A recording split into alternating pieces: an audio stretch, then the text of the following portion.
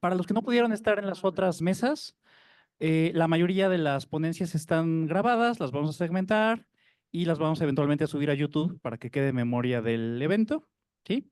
Incluida el conversatorio de ahorita. Nada más un favor, antes de que esto termine, quiero un aplauso para una persona que estuvo detrás del evento desde el principio, que es mi gestora Lorena Arciniega, sin cuyo apoyo esto no hubiera sido posible. Y les pido el aplauso ahorita porque sé que se me va a ir, pues no quiero que se me vaya sin reconocerle. Gracias. Gracias. ¿Me sacas una foto? Sácame una foto, Miguel. Bueno, buenas tardes a todas y a todos. Sean bienvenidas, bienvenidos a este evento que lleva por título La Evangelización ayer y hoy. En especial la bienvenida a Fray Francisco Morales, de la Orden de Frailes Menores, a Conrado Cepeda, que nos acompaña en línea de la Compañía de Jesús, y a la doctora María Belén Castaño Corvo, quienes son nuestros ponentes de esta mesa. Eh, Llevamos 2 días en torno a este evento que ha tocado algunas perspectivas sobre pensar este evento, los 500 años de la evangelización en México. Hubo una visita al convento se me fue el nombre, Belén, de Huejotzingo, perdón, de San Miguel Arcángel. Ahí hubo algunas presentaciones de José Luis Camacho, de la doctora Angélica Deldada y de Belén Castaño. Y ha habido una serie de eventos sobre este acontecimiento que es un parteaguas en la historia de nuestro mundo, en la historia de este espacio geográfico que conocemos hoy en día como América, pero también en toda la visión del mundo desde la Europa hacia acá y toda la cosmovisión a nivel occidental que nos ha permeado. Entonces vale la pena repensarlo, darle una vuelta, y para eso esta mesa de diálogo que toca un tema muy específico, en concreto la evangelización en México. Entonces, sin más uso de la palabra, nuestros presentadores, presentadora, tendrán algunos momentos para la presentación de sus ponencias y después abriremos el micrófono, pasaremos el micrófono para el diálogo con ustedes y con quien quiera participar. Sin más, doy una breve reseña de Fray Francisco Morales de la Orden de los Frailes Menores y después le cedo la palabra. Fray Francisco Morales estudió sus estudios universitarios de licenciatura, los cursó en el Roger Bacon College. eh, Luego tiene estudios de maestría y doctorado en la Catholic University of America, de donde se graduó como en maestría y doctor en filosofía. Tiene varios artículos, sus reseñas mínimas son 3 hojas, entonces no les voy a saturar de varios artículos y de los nombres, pero digamos que a nivel de historia es una eminencia, agradecemos la presencia que esté acá. Solamente les cuento de los cargos académicos. Es miembro de la Academia Franciscana de Historia, vicedirector de esta misma academia, miembro investigador residente del Colegio de San Buenaventura en Roma y miembro del comité editorial de la revista Religiones y Sociedad de México, de la Secretaría de Gobernación en la Subsecretaría de Asuntos Religiosos. Ha recibido en algunos de sus honores el doctorado honoris causa por la Universidad de San Buenaventura en Nueva York, miembro corresponsal de la Academia Mexicana de la Historia, miembro numerario de la Academia Hispanoamericana de Ciencias, Artes y Letras, correspondiente de la Real Academia Española.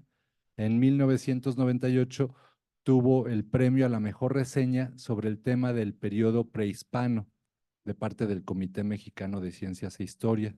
En el 2009 obtuvo el premio a la mejor reseña del periodo novohispano, también por el Comité Mexicano de Ciencias e Historia.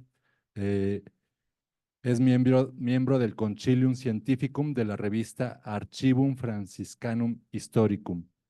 Actualmente se desempeña como director de la Biblioteca Franciscana en el Archivo Histórico de la Provincia Franciscana del Santo Evangelio de México, en colaboración con la Universidad de las Américas de Puebla. Y es presidente de los estudios franciscanos en humanidades. Es el currículum acortado, acortado, acortado. Entonces, sin más, le cedo la palabra. Fray Francisco, es un honor tenerlo acá. Adelante.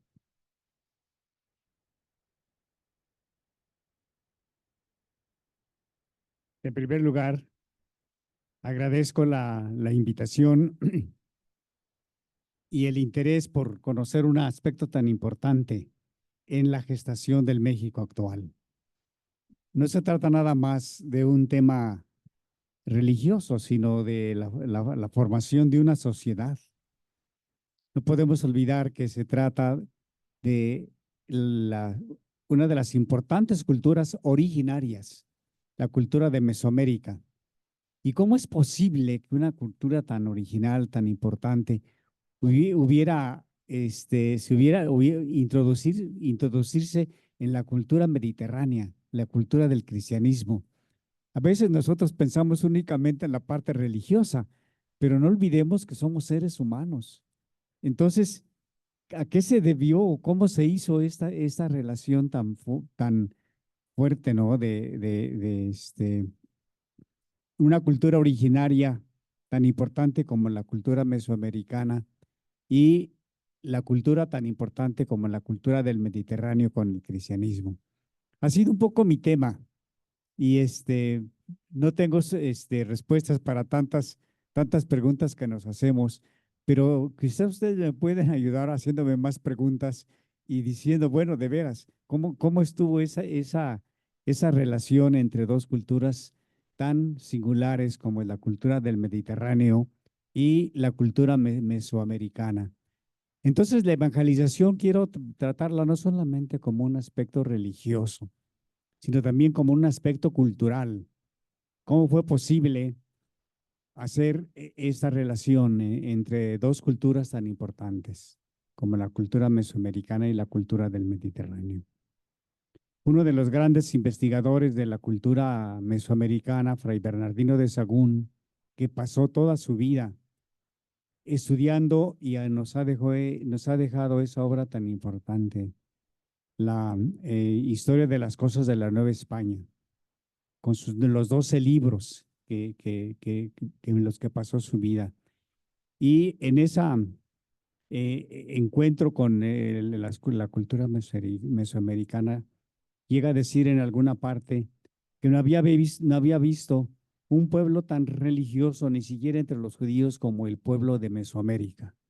Entonces, por ahí hay cosas bien interesantes que no encontramos todavía respuestas. Yo intento algunas cosas, pero seguro que ustedes tendrán mucho más dudas y eso nos ayuda a nosotros a decir, bueno, a ver, hasta aquí conocemos, pero ¿qué más hay sobre esto, sobre este tema, no? Y eso, pues eso quiere ser un poco la parte importante del el trabajo que les quiero presentar, que sigo estudiando y que todavía no encuentro todas las respuestas, pero es lo que quiero tratar con ustedes. La siguiente, por favor.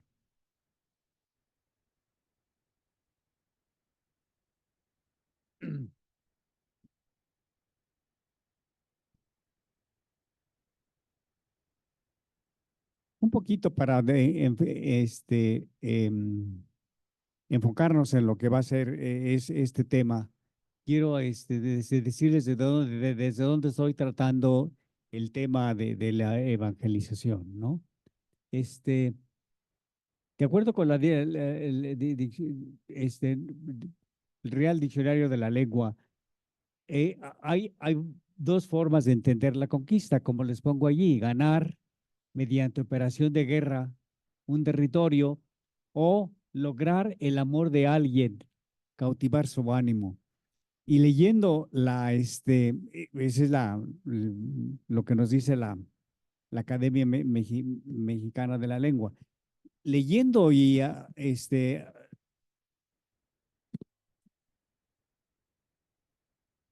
enfrentándome a los datos que tenemos, yo encuentro las dos cosas en la cultura mesoamericana. Por una parte, evidentemente, la conquista, ¿no? En donde viene otra cultura, la cultura del Mediterráneo. Pero por otra parte, ¿cómo fue posible que esta comunidad indígena, tan fuerte en su aspecto religioso, encontrara en la cultura religiosa que traen los frailes? ¿Cómo fue posible eso? Yo entiendo que ahí hay gran parte de la presencia franciscana. A ver, hay un texto bien interesante en una crónica. La experiencia que tenía la comunidad indígena del español era el conquistador que llegó con Cortés, con la caballería, con la artillería. Pues esa es la idea que tenían del español. En 1524 ven a otro español tan raro. A ver, viene con una túnica bien rara, así un color medio pardo, honesto, no sé qué cosa no viene con el traje de conquistador. No trae caballo, viene descalzo. ¿Quién es este español? Entonces, al pasar por Tlaxcala, un gran señorío, tan cercano había estado a los españoles. Claro que se sorprenden de ver aquel español medio, pues no medio, sino muy distinto del español que habían conocido.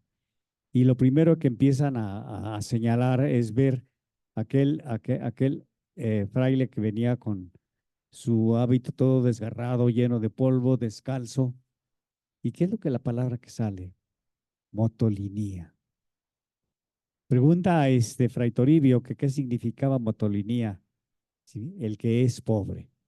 Entonces, de hoy en adelante, ya no seré Toribio de Benavente, que es como se firma, sino Toribio Motolinía. Sí hay entonces una diferencia tremenda entre el español conquistador y el español misionero. Creo que eso nos puede dar a entender el impacto y cómo fue que el franciscano se acercó tanto a la comunidad indígena. Eso sería lo primero que me gustaría señalar. Adelante. Ciertamente hay que entender lo que pasa en México con lo que ha pasado a través de la historia en las diversas culturas, ¿no? Sí, la religión cristiana se ha enfrentado a diversas culturas. La religión nace, digo, la que profesamos, nace en un medio judío con nuestro Señor Jesucristo. Ahí es la primera comunidad. Esa comunidad se extiende por el Imperio Romano y entonces, diríamos, se occidentaliza. El mundo judío en el que nace, en la cultura judía en la que nace el cristianismo, se va a occidental, a hacer parte de la cultura del occidente, que es lo que les pongo yo ahí. Luego vendrían la colonización y de los pueblos del norte, porque diríamos en el Imperio Romano, pues hay un imperio cultural muy fuerte, en donde puede llegar una cultura distinta, pero en los pueblos del norte, le llaman los pueblos bárbaros, ¿verdad? Como que creo que la palabra ya está mal usada, pero aún allí va a hacerse, esos pueblos van a acercarse al mundo cristiano. Los movimientos de conquista los encontramos ya desde tiempo de las cruzadas, ¿no? En donde los europeos quieren reconquistar las tierras bíblicas. Por cierto que por allá anduvo San Francisco, no como conquistador, ¿eh? Él quería convencer al sultán de Egipto de hacerse cristiano. No lo consiguió, no, pero al menos sí eh, tuvo la ganancia de que en esos terrenos que eran musulmanes, pudieran entrar los frailes desde el siglo XIII a Jerusalén. Y por eso todavía en la actualidad los santos lugares, el Santo Sepulcro, Belén, Nazaret, están custodiados por los frailes, porque desde entonces, pero pues eran conquistas, ¿no? Entonces, el hecho de que eh, San Francisco sí entiende lo que es conquista, pero eso debería ser una conquista más bien dialogada. Y por eso, en una de las cruzadas, creo que es en la Quinta Cruzada, si no me equivoco, San Francisco acompaña a los cruzados, pero él no va a la guerra. Él va a Egipto a tratar de dialogar con el sultán para San Francisco soñando que lo podía convencer y hacerlo cristiano, ¿no? Bueno, no lo hace cristiano, pero al menos le va a permitir que los franciscanos desde entonces estén cuidando los santos lugares. Entonces, ese ha sido parte de la historia del cristianismo, la conquista. Adelante. Instrumentos contamos en la actualidad para entender al otro. Actualmente, pues, si ustedes saben, tenemos la antropología, la etnografía, la arqueología, la lingüística, y eso les ayuda a entender lo que fueron las culturas y lo que es el otro. Cuando llegan los frailes, no hay esos instrumentos. Entonces fue a través más bien de la experiencia, cómo van a ir conociendo la gran cultura mesoamericana, ¿no? Adelante. ¿Con qué instrumentos tenía el fraile del siglo XVI? No, este, no, había un poco ya el interés renacentista y el humanismo de conocer al hombre, de entender al otro, ya de dejarse de las discusiones dialécticas de la época escolástica. Dice, vamos a acercarnos a lo que es el otro, el hombre. Quizás eso es lo que le va a ayudar a como dice el padre Garibay, a entender lo que eran estas culturas de Mesoamérica. Adelante.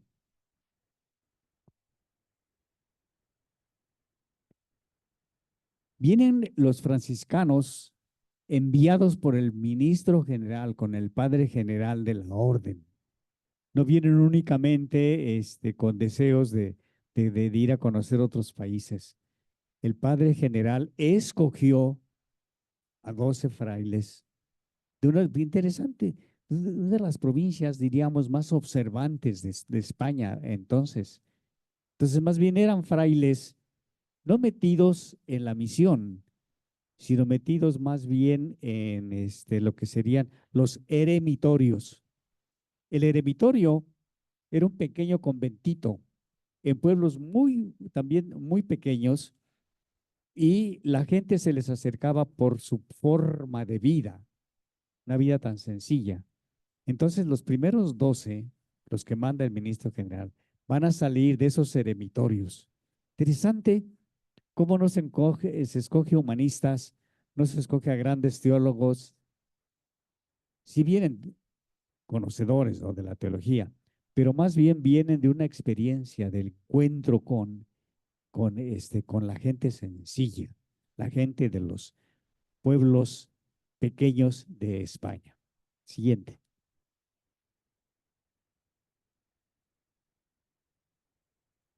¿Qué va a pasar? Un desencuentro tremendo. Estos frailes que vienen de la vida devota, de la vida, diríamos, tan religiosa, y de repente se encuentran con la idolatría. Eso yo creo que les causa a ellos el, gran problema, ¿no?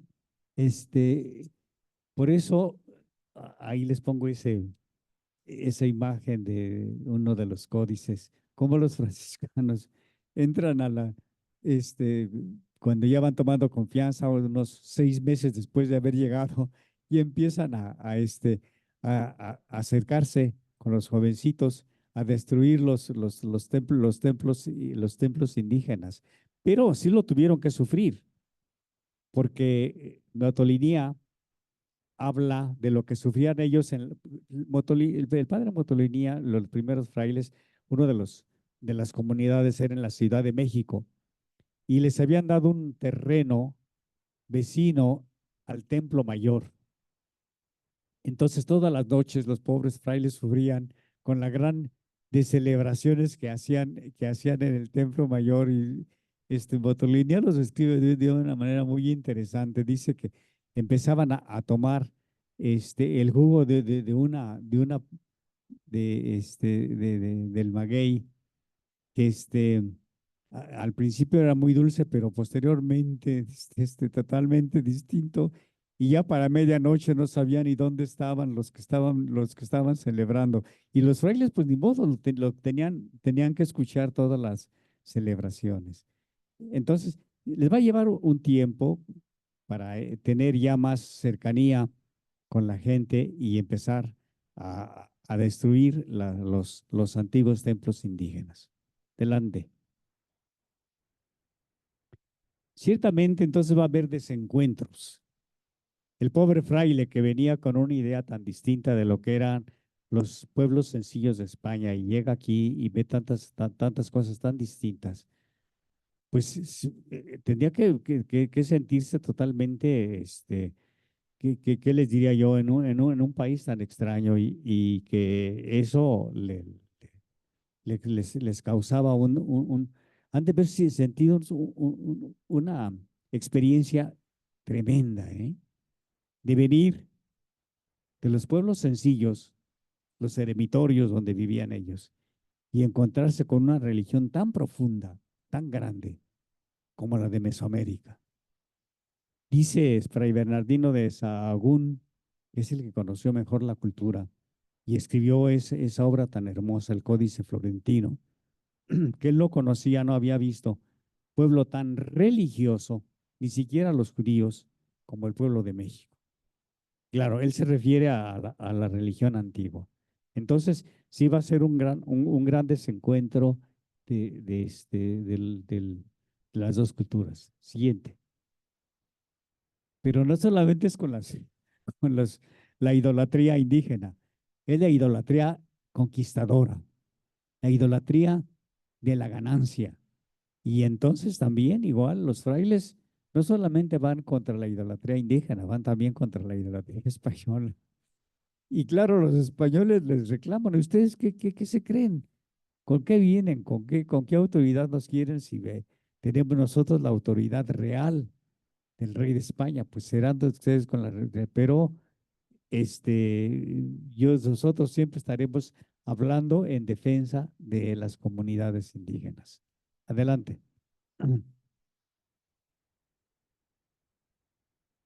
Creo que el primer problema serio, es con el gobierno que llamamos la Audiencia de México. Recuerde que la conquista la lleva Cortés. Cortés no se queda como gobernante. Finalmente, el rey nombra un grupo de jueces que serían los que gobernarían los nuevos territorios del Reino de España. Y los primeros gobernantes le llaman audiencia. Supuestamente eran jueces, que los que tenían bajo su responsabilidad el gobierno de los reinos de España. Pero la primera audiencia fue un desastre. Nuño de Guzmán, que era el presidente de la audiencia, era un hombre sin sentimientos, sin emociones, y empezó a abusar de los tributos y de los trabajos de los indios. Entonces, los frailes dicen: no, eso no es posible. Y entonces la primera audiencia lo que hace, mandar un informe mentiroso al rey de España, diciendo: estos frailes son unos sinvergüenzas, ellos sí se explotan a los indios, ellos se hacen ricos, no sé qué tantas cosas le escriben. Entonces, Juan de Zumárraga, que es bueno, es franciscano, pero no estaba en el convento, él estaba en, en la sede catedralicia, ¿no? de México, él defiende a sus hermanos y se hace una discusión tan fuerte, que estuvo a punto de acabar allí en una matazón entre la primera audiencia y los frailes. Entonces, vean cómo no fue tan fácil aquel primer gobierno de la Nueva España. Los frailes defendiendo defendiendo a la comunidad indígena y el gobierno español, es decir, el gobierno de España, la audiencia, tratando de abusar de los indígenas. Siguiente. Pero no solamente con los españoles, también entre los frailes.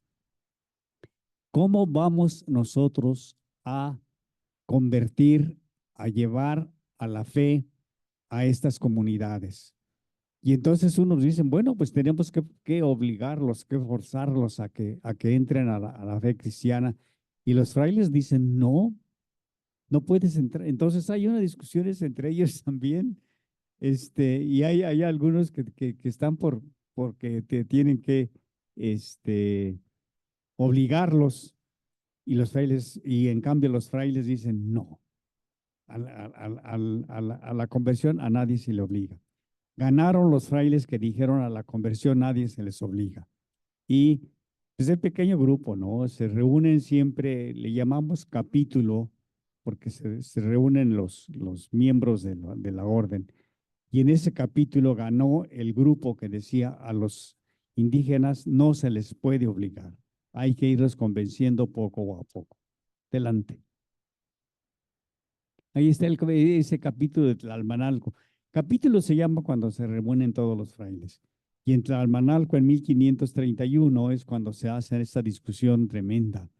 Ya tenían más de 6 años los frailes y pues veían que el cristianismo no avanzaba. Y dicen, no, tenemos que respetar, tenemos que aceptar que es una conversión libre. Adelante.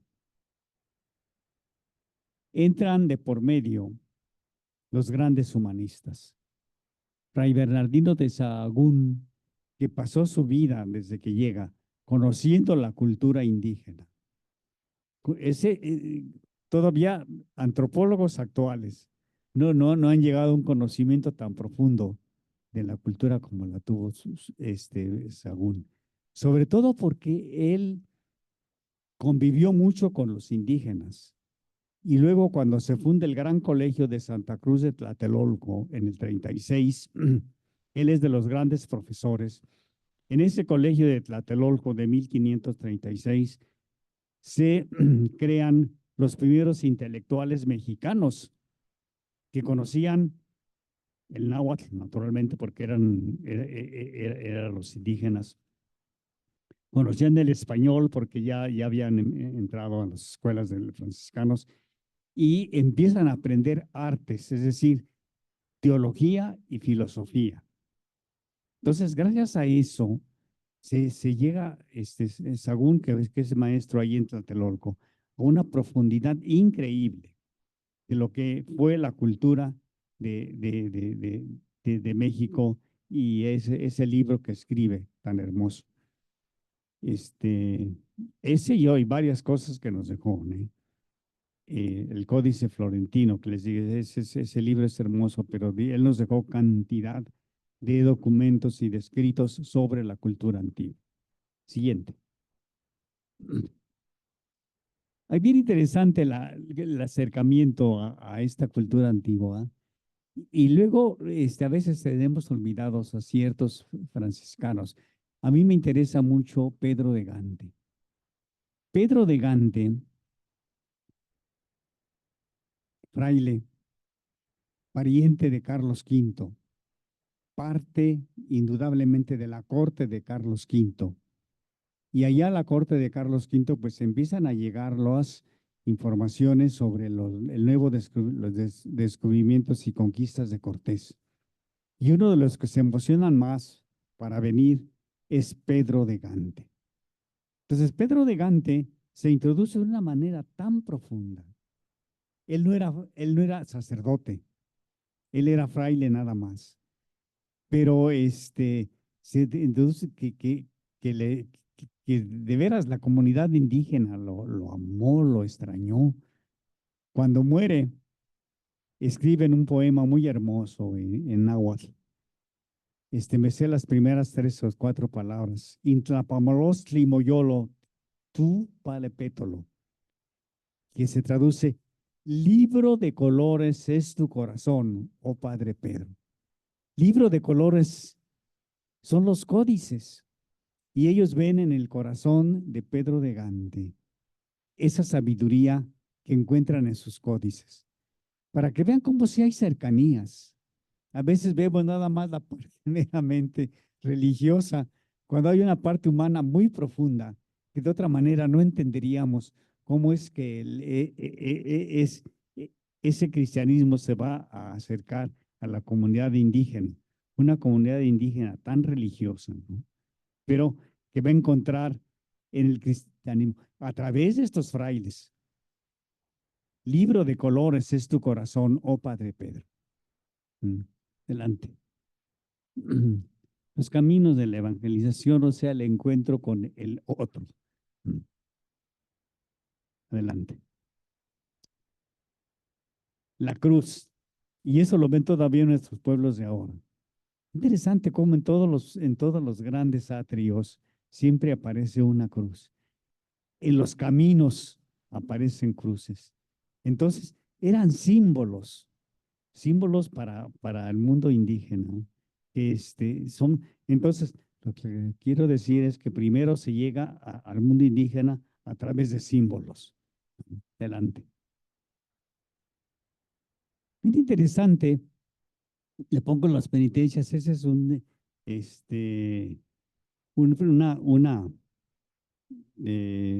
pintura, ¿cómo le llamaríamos? De Huejotzingo. Cómo entre la comunidad indígena también tenía centros penitenciales o hacían ellos penitencia. Y entonces los frailes simplemente van a sustituir aquella penitencia antigua por la penitencia cristiana. Entonces, si hay elementos que unen a las dos culturas. Adelante. Las cofradías. En estos textos de las crónicas nos hablan cómo las celebraciones de las fiestas, porque la cofradía está relacionada con la fiesta, y cómo aparecen también, tan pronto llega el cristianismo y empiezan a aparecer las cofradías para celebrar. Y eso pregúntenlo a los pueblos ahora, como aquí, sobre todo en esta zona de pueblo, como hay en los pueblos antiguos todavía hay unas cofradías tan fuertes. Adelante. Lo más importante.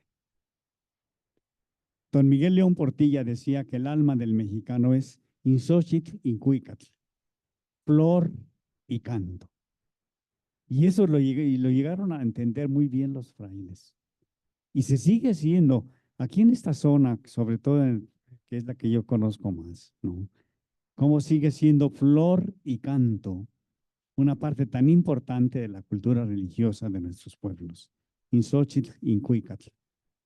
Sí, te estoy dando elementos que nos hacen entender cómo fue posible esta cercanía de un mundo tan bien estructurado religiosamente como fue el mundo mesoamericano y el mundo del Mediterráneo con la cultura cristiana. Hay elementos muy fuertes en las dos culturas que hicieron fácil ese acercamiento.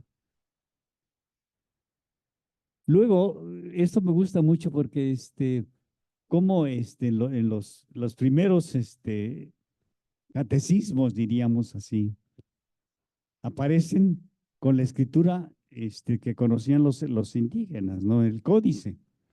Ese se le atribuye a Pedro de Gante y se lee, diríamos, de aquí, no sé de ustedes qué sería, pero de esta parte no les puedo decir si es derecha o izquierda, así, es una sola línea, ¿eh? es una sola línea. Miren, allí lo que está escrito, fíjense, es por la señal de la Santa Cruz. Ahí ven la Santa Cruz, ¿sí? Entonces, utilizar la imagen que digo con la que se manejaban las culturas mesoamericanas en lugar de palabras. Entonces, por la señal de la Santa Cruz. No sé si ustedes aprendieron el catecismo. ¿Qué sigue? Ok, fíjense en esto. La siguiente línea es hacia allá, ¿eh? Por la señal de la Santa Cruz, ahí está muy claro. Luego ahí está esa imagencita de nuestros. ¿Quién es ese que está allí? No es cierto. Es un conquistador de nuestros enemigos, ¿no? Fíjense cómo el fraile sabe, fue genial, ¿no? De nuestros enemigos. Líbranos, Señor. Acá ven dos caritas. Dios nuestro. ¿Por qué? Porque en la cultura religiosa indígena el Dios no es trinitario, es dual, es ometeot, bueno y malo, hombre y mujer. Entonces el fraile, pues utiliza el ometeot, ¿no? Dios nuestro. Qué interesante, cómo hay esa cercanía.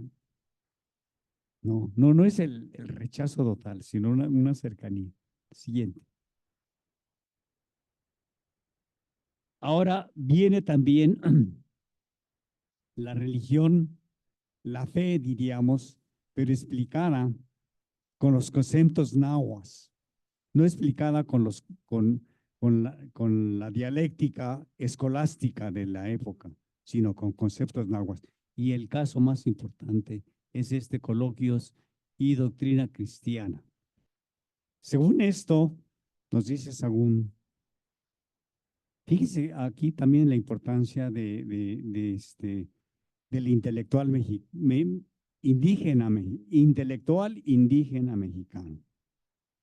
Porque los frailes crearon una escuela de altos estudios en 1536 en Tlatelolco.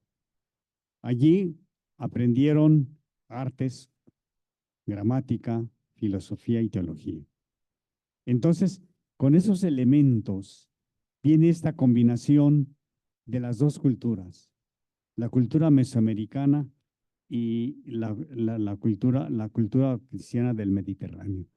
Y esto aparece en este texto que se llama Coloquios y Doctrinas Cristianas, con la que los 12 frailes de San Francisco, enviados por el Papa Adriano VI y por el emperador Carlos V, convirtieron a los indios de la Nueva España. A ver, ese es el texto que aparece en Tlatelolco en 1560 por allí. Según esto, dice Sagún que él encontró unos borradores con la que los primeros frailes se enfrentaron a los sacerdotes indígenas. Me imagino que eran borradores, digo, él no me imagino, lo dice Sagún. Muy mal hechos. ¿Por qué? Porque todavía no había buenos intérpretes de los dos idiomas. Entonces, Sagún encuentra esos borradores y lo que hace es dárselos a sus intelectuales indígenas de Tlatelolco para que lo hagan en conceptos ya firmes, pero de la cultura mesoamericana. Adelante. Y lo que me llama la atención es cómo él no se, no se ponen en plan así muy estricto, porque al Dios que van a explicar, ¿cómo le llaman?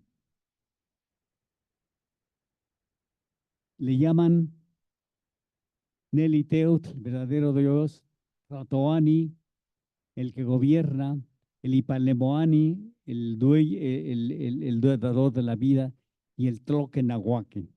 Así llaman los frailes al Dios cristiano. La misma forma como los indígenas llamaban a su Dios. el Tloquenahuaque, el Ipalemoani. No se espantan los frailes. Por eso quizá pega el cristianismo, ¿no? Porque los grandes intelectuales indígenas de la época, o los grandes sacerdotes todavía del mundo indígena, pues se están dando cuenta que es el Dios con que ellos están tratando, ¿no? La siguiente. Cuando hablan del Dios creador, ahí les pongo, de ese lado está el nombre, digo, el texto en náhuatl, que es el que se conoce, y la traducción. Fíjense, hablar del ser creador, pero le hablan de realidades de aquí. El sol, la luna, las estrellas, los cielos, el mundo, el agua inmensa, los venados, los conejos, las aves que andan volando y los peces que viven en el agua, los árboles, las hierbas, lo que echa retoños que está verde, el metal precioso, el jade, las plumas de quetzal, las ajorcas, todo por nosotros lo hizo. ¿De qué le están hablando? De cosas que ellos conocen, que ellos viven, que ellos gozan, ¿no? Sí, ese acercamiento al otro, quizá lo hemos tratado poco. Sí, a veces se nos habla nada más de imposición, que llegaron e impusieron su fe. Bueno, no, es el encuentro con el otro y aceptar al otro para poderle darle la fe. Siguiente. Una de las cosas que me llama más la atención, a ver, el misterio de la encarnación tan complicado para la fe cristiana, ¿cómo lo explican los frailes? Y lo que me llama más es la última parte de este texto. El texto está en náhuatl, ¿eh? Del otro lado está en la traducción que hizo don Miguel León Portilla. Las tres últimas frases. Tomó para sí nuestra carne de masehuales. Tomasehualcayo. Eso es la encarnación. Eso sí lo entendían nuestras comunidades. No está hablando de los pipiltin, del Dios que nace con la nobleza, sino del Dios que nace con el mundo, con el hombre ordinario. Tomó para sí nuestra carne de masehuales. Siguiente. Y bien interesante cómo describen la iglesia. ¿Qué es qué es la iglesia, no? El que es Dios verdadero, Nelly Teut, el inventor de las gentes, el tema cristiani, Jesucristo. Colocó su estera, fíjense, les leo la traducción, colocó su estera, su sitial, el que tiene, no, el que se llama reina del reino de los cielos y que tiene como nombre Santa Iglesia Católica. Les está hablando en el idioma de ellos, ¿no? En las imágenes de ellos. No es nada más, ahí les va el credo y se lo tienen que aprender de memoria, ¿no? Sino, a ver, un acercamiento a la cultura indígena. Esto nos puede explicar el impacto que tuvieron los frailes en la evangelización. Siguiente. Esta es la iglesia. ¿Cómo describen al romano pontífice? Dice, en la tierra, les leo la traducción, en todas partes del mundo es gobernante en las cosas divinas. Teoyótica tlatoani. Todas las partes del teoyótica, el que tiene el poder sí. Es un hombre como un varón como nosotros. Si no quiere que encuentre como el Papa como algo totalmente espiritual, ¿no? El dador de la vida, o sea, Dios, el Ipalemoani, le hizo entrega por sí mismo de su autoridad. Sí, sí, y hablándoles en sus imágenes. Siguiente. Me interesa mucho lo de la Sagrada Escritura, cómo la describe, ¿no? De ese lado pues, les pongo la traducción y del otro lado, eh, cómo llaman a la Biblia, le llaman Teotlatoltica, la palabra divina. Hablando nuevamente a ellos. Y fíjense, todo está en el libro divino. Ahí está, en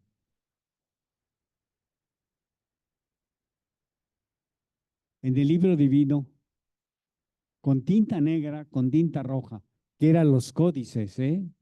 Sí, Tlapayotoc, Tillotoc, ¿no? Están utilizando imágenes que entiendan nuestras comunidades. Siguiente.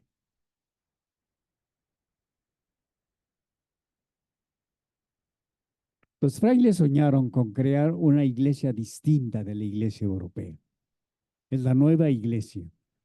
Si la iglesia europea se había convertido en un problema tan fuerte como lo demostró con la división con Lutero, ellos dicen, ahora tenemos la oportunidad de crear una nueva iglesia, pero una iglesia como en tiempo de los apóstoles. Soñaban con crear la iglesia nueva. Va a estar bien complicado, porque ya la iglesia, diríamos, los concilios y todo esto, pues ya no dejan que haya una iglesia nueva. La iglesia tiene que ser como la iglesia mediterránea, ¿no? Como la iglesia en Europa. Y ya al fraile le dicen, no, no, no. Ya no son tiempos apostólicos, pero ellos sí soñaron con la iglesia nueva. Adelante. Unida a lo que iba a ser la gran ciudad. Entonces, es la República Indiana y el Altepetl o ciudad. De este lado está este códice de Cholula. ¿Cómo está considerado ese códice de Cholula? Del otro, prehispánica, ¿eh? Y del otro lado está esta relación de fines de fines del siglo XVI, en donde ya aparece lo que es la Cholula actual.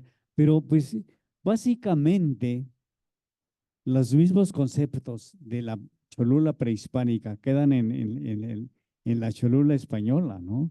El gran templo del lado de acá de la cultura prehispánica y el gran templo en la cultura ya españolizada. Siguiente. Y cómo aparecen los oficios, pero muy relacionados con lo que era la contigo antigua.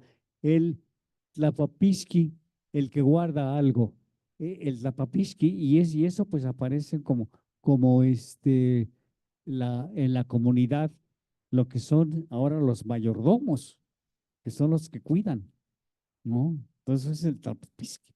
Queda que esta relación entre dos culturas que sí sigue siendo muy, muy, muy cercana. Siguiente. El Apocalipsis indiano le pongo yo, porque esto lo escribe un franciscano a fines del siglo XVI, con una nostalgia increíble, fines del siglo XVI. Dice, nosotros que conocimos estas comunidades indígenas, tan cercanas a la religión, tan cercanas y ahora están desapareciendo. Los españoles los tienen trabajando en esto y no los dejan, no les dan tiempo para estar en la iglesia. Sí, es el apocalipsis, la destrucción de lo que los frailes habían soñado. Es una exageración, desde luego, ¿no? Pero sí es hablando una realidad, aunque quizás exagerada. Conclusión. Los franciscanos conquistados aceptaron de la cultura indígena cuanto les pareció compatible con su propio mensaje, que ahondaron gracias al conocimiento del náhuatl y de otras muchas lenguas de Mesoamérica. Realizaron además, al lado de los sabios indígenas, un rescate del viejo legado nativo, introduciendo a veces nuevas instituciones comunitarias. Los franciscanos del México del siglo XVI y principios del XVII vinieron a ser como fundadores de la realidad espiritual de un pueblo en gestación. No lo digo yo, lo dice don Miguel León Portilla.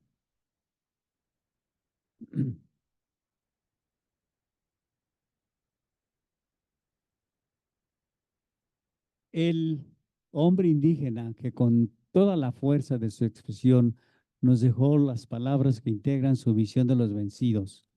Supo valorar también, incluso en forma que se antoja lapidaria, la acción de su hermano franciscano. Los vencidos enriquecieron su propia visión de las realidades de su tiempo con la presencia de rostros y corazones que habían llegado los Motoliniani, pobres de verdad, pero dueños de sabiduría. Palabras de don Miguel León Portilla. Listo.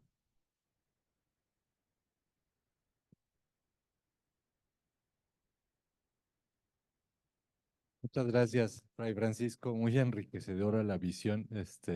Nos da un panorama bien interesante de cómo fue este encuentro de las dos culturas, como bien las mencionas, la mesoamericana y del Mediterráneo. Ahora vamos a dar paso a Conrado Cepeda. Conrado Cepeda es miembro de nuestra comunidad universitaria de la Ibero Puebla. Él es miembro de la Compañía de Jesús. Nos acompaña virtualmente Conrado Cepeda porque le tocó estar en Guadalajara dando una charla y no queriendo también dejarnos mal, optó por dar la charla de manera virtual y también enriquece mucho con su visión. El título de su ponencia es De la evangelización integral en el noroeste de México a la evangelización de los pueblos indígenas en Chiapas, caminos de esperanza para la vida actual. Una breve semblanza de Conrado. Conrado es maestro en antropología social por la Universidad Iberoamericana de la Ciudad de México, licenciado en Ciencias Teológicas también por la Ibero de la Ciudad de México y licenciado en Filosofía y Ciencias Sociales por el ITESO. Tiene una licenciatura eclesiástica en Filosofía por el Seminario Arquidiocesano de Hermosillo y una licenciatura eclesiástica por la Universidad Pontificia de México. Tiene en su haber también distintas publicaciones que van sobre el fenómeno religioso desde una visión antropológica y teológica. Sin más y sin explicitar todo su currículum también muy amplio de Conrado, le cedo la palabra. Adelante, Conrado, muchas gracias. Sí, buenas tardes. Gracias a nuestros hermanos que están en la mesa. Gracias, Fray Francisco, por su exposición. Yo creo que mi exposición va a ser un poquito más humilde de mis pretensiones porque es usted experto en esto, pero con gusto comparto un poco de la visión de la Compañía de Jesús en la evangelización, lo que se ha llamado la evangelización. Agradezco a Belén por la invitación que hizo a la Compañía de Jesús de participar en esta mesa. Y les saludo también desde Guadalajara, desde el ITES, donde el día de hoy y ayer hemos estado compartiendo el acompañamiento situado con las madres buscadoras y donde las espiritualidades y la evangelización se hace y reconciliando algunos sectores de estas madres con la propia iglesia que les ha volteado la cara en algunos momentos. Entonces, yo también puse la evangelización ayer y hoy, pero tratando de ver estos puntos en dos momentos distintos de la realidad mexicana. Una de ella es la evangelización jesuita en el noroeste de México y el sur de Estados Unidos en la época de la colonia, donde es bien conocido el padre Quino como uno de los evangelizadores de aquella zona. Y también la evangelización de los pueblos indígenas en Chiapas. Y pongo Caminos de Esperanza para la evangelización y vida actual, que trataré de amarrar un poquito qué enseñanzas nos deja para la vida actual. Mis fuentes. Resulta que estoy vinculado con los dos lados, aunque mis fuentes más profundas han sido una tesis de licencia en Historia de la Iglesia por el presbítero Armando Armenta Montaño, quien es mi amigo desde la adolescencia y que estudió en la Universidad Gregoriana y hizo una excelente tesis sobre las misiones en el noroeste. Y otra tesis de maestría en filosofía social del jesuita Álvaro Dorantes Espinosa, aquí en la Universidad del ITESO. Ellos dos son mis fuentes más que he tomado con mayor fuerza, pero también mis propias reflexiones, porque soy originario de Sonora y estoy empapado de las misiones del Padre Quino.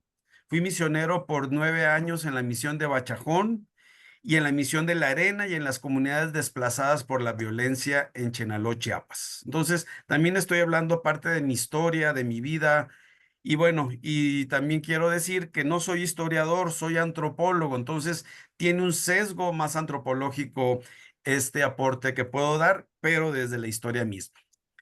Inicio con la misión de la Fundación en la Compañía de Jesús. Es una vocación netamente misionera y comenzó desde muy temprano, antes de que se fundara la misma compañía. Los primeros compañeros, la mayoría formados en letras, filosofía y teología en la Universidad de París, deciden, después de vivir la experiencia profunda de ejercicios espirituales, ir a Jerusalén a colaborar en la evangelización de los infieles y a vivir con los religiosos en aquella tierra dominada por los musulmanes. Pero por circunstancias históricas que no voy a explicar, la guerra de los turcos que terminó por cerrar el Mediterráneo y los primeros compañeros no pudieron embarcarse a Venecia. Entonces, primera fuerza misionera arraigada en los corazones y en los pies y en las manos de estos hermanos fundadores, se transforma después de haber sido aprobada esta orden. Saldrían los primeros jesuitas a las misiones extranjeras. Esto fue fuera de Europa. Algo de la historia misional jesuita, que desde Javier como primer misionero de la Compañía de Jesús y nombrado santo patrono de las misiones para la Iglesia Universal, fue importante entender lo necesario que era conocer a los interlocutores con los que ibas, a las personas a las que se iba a evangelizar. Y así se hizo indispensable el escuchar antes de hablar, el escuchar al otro, que lo señala constantemente Álvaro Dorantes en su presentación de su tesis. Igualmente, el padre Armando Armenta recoge también este punto que es fundamental en la evangelización a la manera jesuita, que era penetrar en la lógica interna del otro, reconocer los puntos de convergencia que había entre la cultura europea y la cultura naciente mexicana y conservar en lo posible las maneras de vivir, ceremonias, tradiciones, integrándolas en el proyecto de evangelización. Las misiones como cultura de evangelización, dominación y colonialismo, eso no podemos negarlo, que fue cruz, pero también fue milicia. Tal vez no fue en el caso de los franciscanos, pero también hubo un dejo de parte de las misiones jesuitas que tuvieron la tentación de imponerse a través de la milicia, pero se dan cuenta en el camino y la desechan después. Entonces fue un encuentro de dos mundos, una cultura terminó por imponerse y dominar a otra, y tenemos que tener una visión crítica sobre el tema del colonialismo también en la iglesia y la dominación que se presentó. Dentro de estas posibilidades de cambio, algunos pueden ser violentas y han sido violentas, como pueden ser las apuestas por la aculturación y donde se sataniza todo aquello que es muy diferente o que no lo entendemos. Y eso creo que es lo que sucedió en muchos de los primeros evangelizadores. No entendíamos qué pasaba en estas culturas tan distintas y decíamos que eran satánicas. Entonces, poco a poco, el ir teniendo ese contacto y y entrando a estos procesos fue cambiando esta visión inicial. Entonces fue surgiendo un deseo por conocer las lenguas y con ello las cosmovisiones de las comunidades indígenas, en donde se valora como igual al otro, convirtiéndose en un nosotros. Es curioso esto porque, por ejemplo, los dominicos no aceptaban a la formación dentro de la orden religiosa en aquella época, porque consideraban que no estaban preparados los indígenas. Los franciscanos y los jesuitas sí. Teníamos centros de formación para élites y grupos indígenas en esa primera evangelización. Aunque nuestra llegada como jesuitas fue en 1572, fue mucho más tardía que los propios franciscanos. Y nosotros llegamos a otros puntos que en el caso del noroeste, los franciscanos retomaron después de la expulsión. Entonces, la obra de Francisco Javier como primer misionero y teniendo el Papa 10 jesuitas preparados y disponibles para enviar a tales misiones, así es enviado Francisco Javier para ser nuncio y representante del Papa en las Indias. Cabe declarar, perdón, que nunca se escribió ni se estableció para toda la compañía o para todas sus misiones unas normas o reglas sobre las maneras a seguir en las misiones. Nunca existió lo que pudiéramos llamar una ratio missionorum, que sí existía en la ratio studiorum para los colegios a nivel mundial. Entonces fue intentar conocer y comprender, discernir sobre el otro. Y cosa curiosa que esa primera imagen de Francisco Javier evangelizando y tratando de bautizar a muchos neófitos fue cambiando y fue más crítico con la presencia militar en los métodos evangelizadores y aprendió las lenguas, logró penetrar nuevas culturas con una disposición de entender a Dios que quería que hiciera en esos lugares. Entonces se distancia del tema militar y empieza otro proceso más de bautizar, a conocer más de fondo esas culturas. Entonces, aquí se recogen un poquito como las diversas misiones que ha habido a lo largo del mundo y tratar de sistematizar como algo que viene desde el corazón del discernimiento. Lo que se trata es comprender y penetrar en la lógica del otro, con lo que dice San Ignacio, de entrar con la de ellos para salirnos con la de nosotros. Entonces, y conocer los puntos de convergencia, el conservar maneras de vivir, tradiciones e integrándolas en el proyecto de evangelización. Fue el uso de las artes como el espacio de encuentro entre los europeos, los jesuitas y las comunidades indígenas. Las ciencias y técnicas para el diálogo e intercambio. También son equipos internacionales donde diversas culturas se juntan para ofrecer lo mejor. Se dio protección a las poblaciones porque no querían que los propios españoles y las milicias tuvieran contacto directo y vivieran con los pueblos recién evangelizados. La intercesión de esas culturas para ser protegidas, la elaboración de reflexiones, análisis y su debate en distintas instancias académicas, porque a través de las cartas epistolares que se mandaban a Roma, había jesuitas que llevaban esto a la discusión dentro de las aulas en la universidad y regresaban sus reflexiones a las propias misiones, tanto en el noroeste como en otros lados del país. Entonces, podemos decir una mínima presencia militar. Entonces, Javier toma distancia de eso y se convierte en una característica general de los jesuitas en sus misiones. Incluso ayudaron a armar fuertes ejércitos con los mismos guaraníes para defenderse de los ataques de los portugueses, que contrabandeaban de indígenas para venderlos como esclavos en Brasil. Eso fue un punto también muy importante de defensa de los pueblos indígenas en Sudamérica. El conocimiento de la lengua base para el diálogo, algo que hicieron también los franciscanos enormemente, y posiblemente también de ahí aprenderíamos nosotros al llegar a estas nuevas tierras de las Américas. Se aprendieron las lenguas para de ahí comprender mejor y transmitir el cristianismo y aprender las costumbres de los propios locales. Por ejemplo, en Tepoztlán, Tepoztlán, perdón, en el Estado de México, se convirtió en un centro de estudios de las diferentes lenguas en el país, donde se preparaban los escolares para futuros misioneros.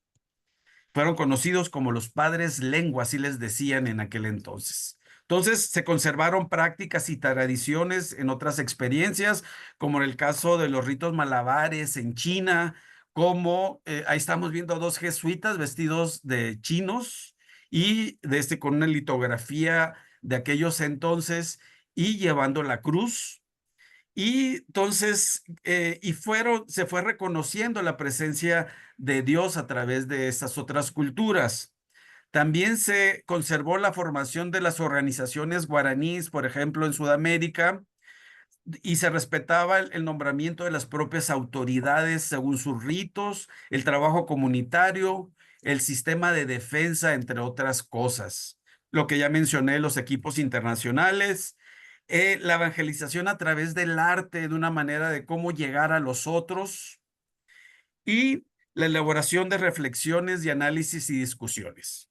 Pero, aunque, cosa curiosa, porque hay una afirmación que se hace de los jesuitas de aquel entonces, que me suena mucho en la actualidad todavía, que se escandalizaban de las prácticas jesuitas en las misiones, ya que los consideraban laxas y novedosa política. Así decían los escritores de las misiones del noroeste.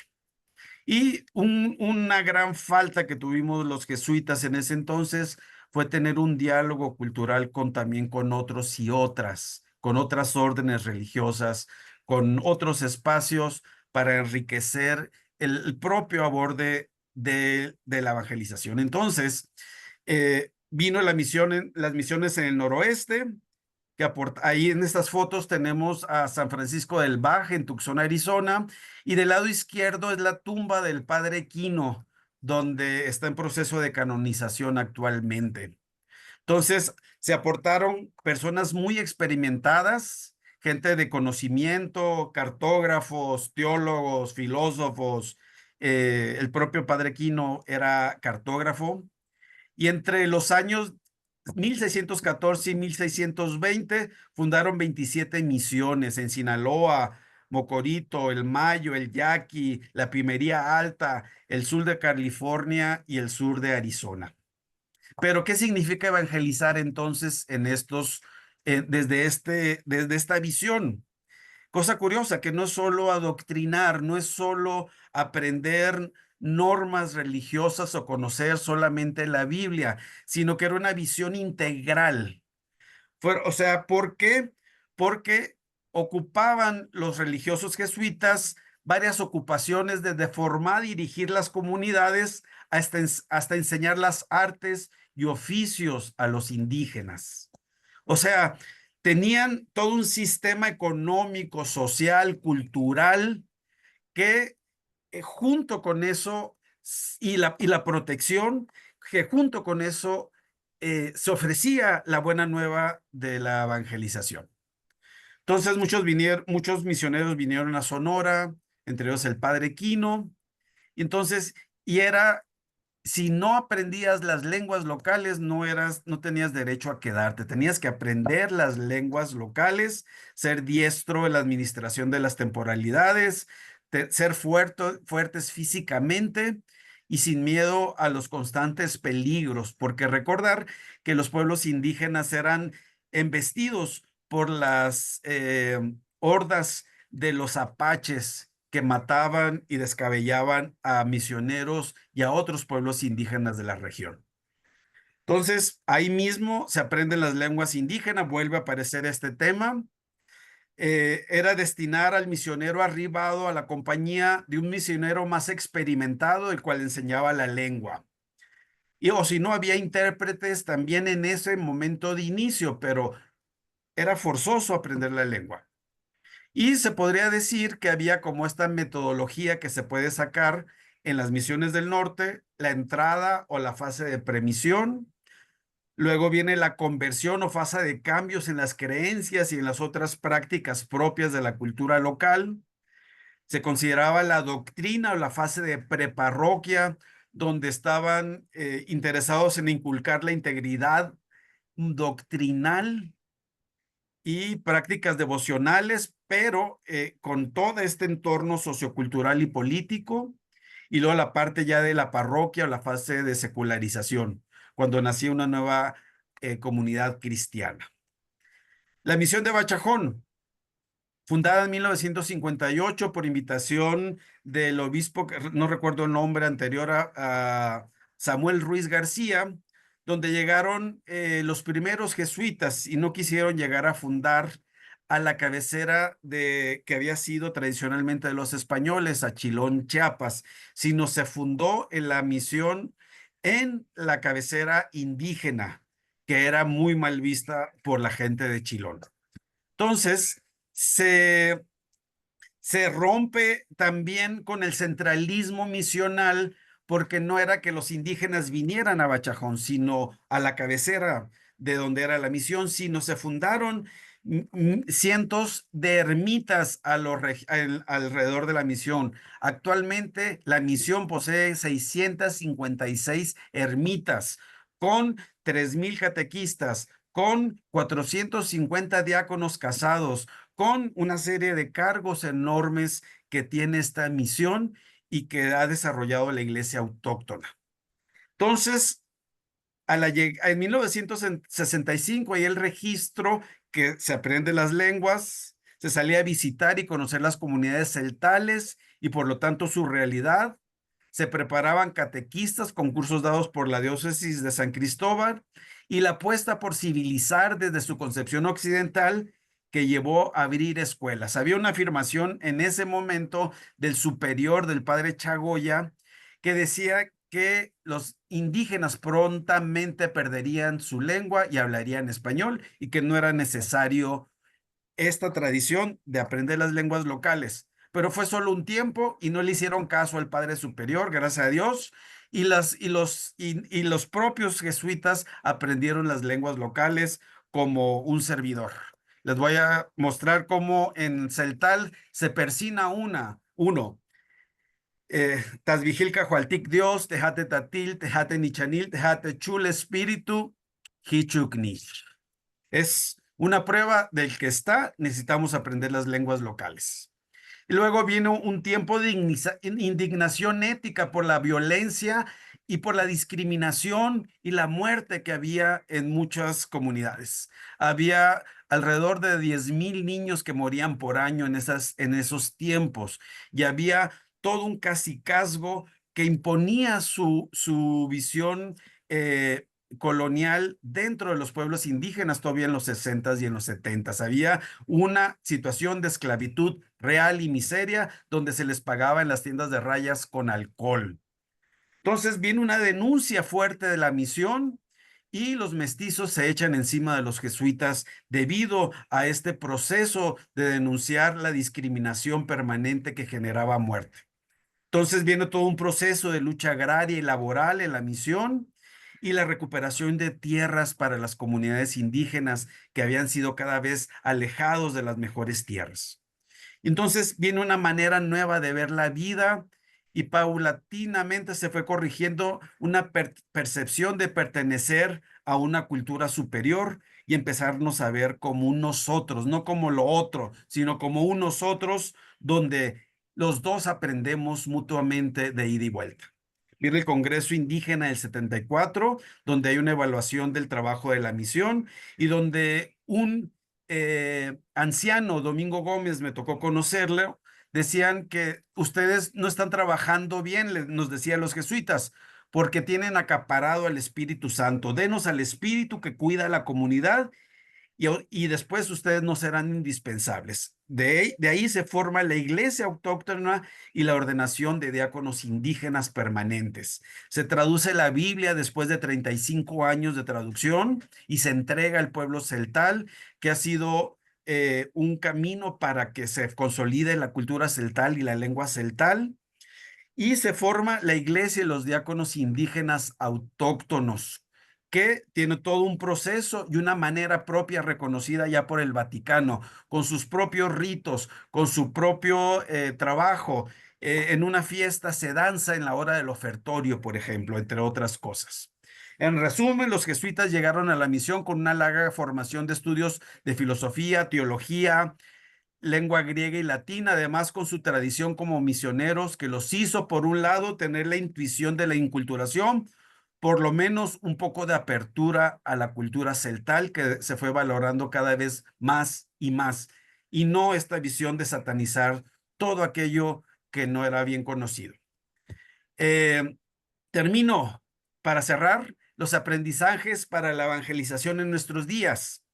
Por ejemplo, las comunidades indígenas mayenses nos pueden ayudar a buscar posibilidades a nuestra propia cultura, en la forma en cómo nos relacionamos con los otros y las otras, con lo diferente, con el mundo y sobre todo con los recursos naturales, porque viven en mayor armonía. Cosa curiosa que los reductos de grandes producciones de bosques, de agua, están insertos en los centros de la vida de los pueblos indígenas, en las tierras indígenas. Entonces, también deben ser pasados cualquier persona como objetos de nuestra evangelización y debemos ser y buscar ser sujetos, empoderar personas y aprender también en este proceso de ida y venida. La importancia de reconocer en el otro nosotros, no como depositarios de nuestras caridades y lástimas, que puede ser el paternalismo, sino un alguien con quien se conversa y se aprende también.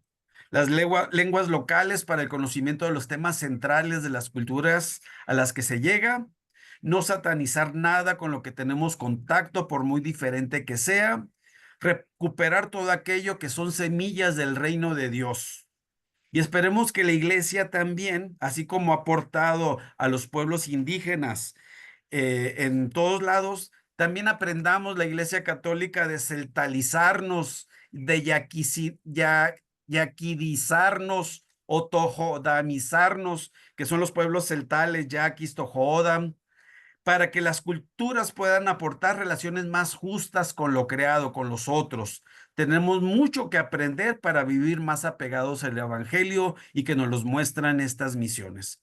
La evangelización implica también denunciar y atacar la cultura de la muerte, luchar por la justicia como una permanente para tener una visión integral, tomar distancia de las medidas controladoras, militares y de despojo en todos los sentidos y poder ser signos de vida, de unidad, pero también de protección para las culturas más desprotegidas.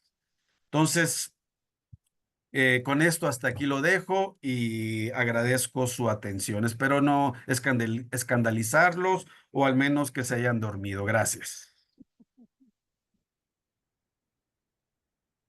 Muchas gracias, Conrado. Ya escuchamos dos visiones sobre la evangelización de diversos modos. Vamos a dar paso a una tercera visión de parte de la doctora María Belén Castaño Corvo de los misioneras identes. Ella nos va a presentar el título de su ponencia, Los desafíos de la evangelización, una mirada desde el trabajo con universitarios. La doctora María Belén Castaño Corvo es doctora en filosofía por la Universidad Autónoma de Madrid y su tesis lleva por título El pensamiento hispánico de Vasconcelos como ideología de salvación para América Latina. Desde 1994 trabaja en la Universidad Iberoamericana de Puebla, donde ha impartido diferentes materias y participado en equipos de investigación. Pertenece al Instituto Idente de Cristo Redentor, Misioneras y Misioneros Identes, y es miembro de la Escuela Idente que desarrolla el pensamiento filosófico de Fernando Rielo. También tiene un currículum muy amplio, no lo abarco, también para darle la palabra a ella y también que nos pueda dar un tiempecito de dialogar entre todas y todos. Adelante, Belén. Vale, muy bien, muchas gracias, Óscar. Pues la verdad es un gusto estar en esta mesa de diálogo junto al padre Francisco Morales, junto al padre Conrado. Yo voy a hablar pues un poquito desde mi experiencia, ¿no?, como profesora aquí en la Universidad Iberoamericana y lo que yo pues veo como desafíos de la evangelización hoy, ¿no?, dentro de esta mesa de diálogo que hemos titulado la evangelización ayer y hoy, ¿no? Entonces he titulado el escrito de la siguiente manera: los desafíos de la evangelización, una mirada desde el trabajo con universitarios, ¿no? Trataré de ser breve. Bueno, primero una pequeña introducción para señalar pues características de nuestro tiempo que evidentemente serán limitadas. Seguramente hay muchas características que me habré dejado. Nuestro tiempo es un tiempo de crisis generalizada, donde el individualismo posesivo engulle todo lo que encuentra a su paso, ahogando sociedades a lo largo y ancho de un planeta que también yace. Junto a ello vivimos en un contexto epocal caracterizado por la desigualdad, la violencia, la economía criminal, el consumo excesivo, la fragmentación familiar, la crisis de las religiones y la crisis axiológica. Estamos, por tanto, en el corazón de una gran crisis política, ética, financiera y espiritual producida por la egocentración de individuos y grupos y por la falta de conciencia de simbiosis con toda la vida existente. Esta falta de simbiosis nos ha llevado a romper el pacto natural tierra-humanidad. A este respecto, la pregunta del Papa Francisco en su encíclica Laudato Si es la siguiente: ¿qué tipo de mundo queremos dejar a quienes nos sucedan? Si la tierra nos es donada, ya no podemos pensar solo desde un criterio utilitarista de eficiencia y productividad para el beneficio individual. La tierra que recibimos pertenece también a los que vendrán. El futuro incierto y el miedo se han vuelto pan amargo, en el mejor de los casos, para muchas personas en este mundo desigual, vulnerable y herido. Ahí está, por ejemplo, la humanidad nómada que va y viene, que es deportada y violentada, abocada a gestionar cada día el pan cotidiano. Y ahora, bueno, pues también ver un marco en relación al cristianismo, ¿no? Desde la modernidad se ha dado un rechazo al cristianismo. Hay un sentir anticristiano. Lo religioso parece que hoy día se ve absurdo. ¿La propuesta del cristianismo está en crisis? Esta es una pregunta. Desde una mirada europea, la filósofa Chantal, en su libro El fin del cristianismo, señala que 16 siglos de cristianismo llegan a su fin. El cristianismo debe inventar otro modo de existencia. ¿Será la del simple testigo? ¿La del agente secreto de Dios? Nuestros contemporáneos occidentales ya no creen en el más allá ni en la trascendencia y se imaginan otro mundo en el que vivir algún día son los planetas lejanos a los que se puede llegar en cohetes supersónicos. Por tanto, el sentido de la vida debe encontrarse en esta misma vida y no por encima de ella, donde no hay nada. Lo sagrado se encuentra aquí, en los paisajes, en la vida de la tierra y en los propios seres humanos. Si bien esto puede ser una visión también desde Europa, tendríamos que ver cuál es la visión desde América Latina. Creo que no es exactamente igual a esta visión que da Chantal en esta obra suya, El fin del cristianismo. Para Benedicto XVI, uniendo a lo anterior, en su análisis sobre la Iglesia, él profetizaba el paso de una religión de masas a un cristianismo minoritario. Esto puede ser no solo un problema, sino una oportunidad de vivir un cristianismo más purificado. Mi trabajo docente con universitarios me ha llevado desde hace varios años a adentrarme en los mundos juveniles, otra cultura muy diferente a las que se han venido hablando.